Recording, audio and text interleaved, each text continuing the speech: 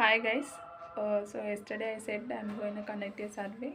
So the question is, in next 20 to 30 years, mental health is going to be the big crisis.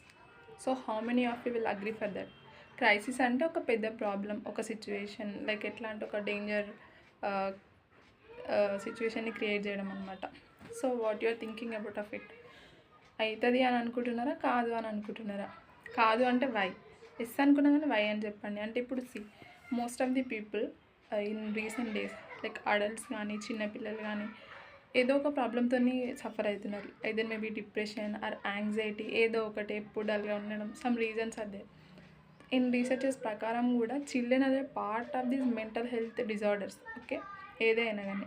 So యాక్చువల్గా మీరే ఒకసారి ఆలోచించండి. చిన్న పిల్లలు అంటే దే జస్ట్ లైక్ తిన్నామా, ఎగిరినామా, ఎంజాయ్ చేసినామా, అదే ఉంటుంది మోస్ట్లీ. మా అప్పుడైతే అదే ఉంటుండే. ఇప్పుడు మాత్రం పిల్లలందరూ జస్ట్ ఫోన్ చూడడం, డిజిటల్ స్క్రీన్కి అడిక్ట్ అవ్వడం, ఇంకా చాలా థింగ్స్ వాళ్ళని స్టిమ్యులేట్ చేస్తున్నాయి అనమాట. They are going to attract those things only.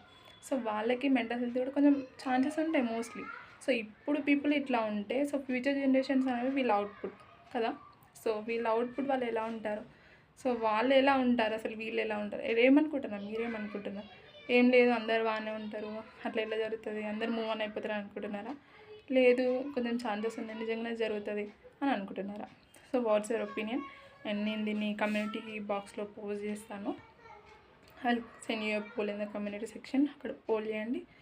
And I created a WhatsApp channel, so if you are interested you can join there. I will send you any updates regarding my channel, my videos or anything. So this is for today. ఓటేయడం మాత్రం మర్చిపోకండి. మీకు ఓటేయడం కష్టమైతే you can tell me in the comment section also. Okay.